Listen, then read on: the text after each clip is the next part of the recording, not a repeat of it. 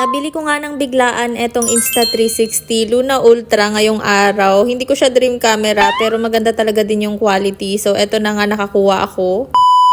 Bali ngayong araw is lalabas nga kami dahil naubusan kami ng cash na pang Food Panda. Hindi kasi sila nag-online transaction, gusto nila cash lang. So kailangan naming mag-withdraw. And sobrang boring na rin kasi kami sa hotel. Parang feeling ko nabulok na lang ako sa loob. Bali nag-withdraw nga kami tapos dito na rin kami kumain. Tapos eto may nadaanan akong Insta360. Tapos nagpa-demo lang ako saglit kasi nga nako-curious ako. And ayun, in-explain nila na ganito ganyan yung model. Tapos eto nga po may face tracking daw. Basta ang dami nilang feature na sinabi. So, sa madaling salita, hindi pa sana ako kukuha. Hindi ko alam kung may mga nakaka-relate sa akin, pero nahihiya na akong humindi. Kasi sa totoo lang, meron na akong dalawang camera ng DJI, and eto nga po, nahihiya akong tumanggi. Dalawang kulay na yung nilabas nilang camera, so parang na-awkward akong umalis. Kaya eto po, kinuha ko na lang siya. DJI Osmo Pocket 4P talaga yung nasa cart ko, pero nga, ang dami kong nakikitang issue about dun sa gimbal niya na shaky daw, pero eto is hindi siya shaky. And so far, wala pa naman akong napanood na video na may issue about dito sa Insta360 Luna Ultra. And no need mic na dito kasi nga po built-in na yung microphone niya kaya ang ganda.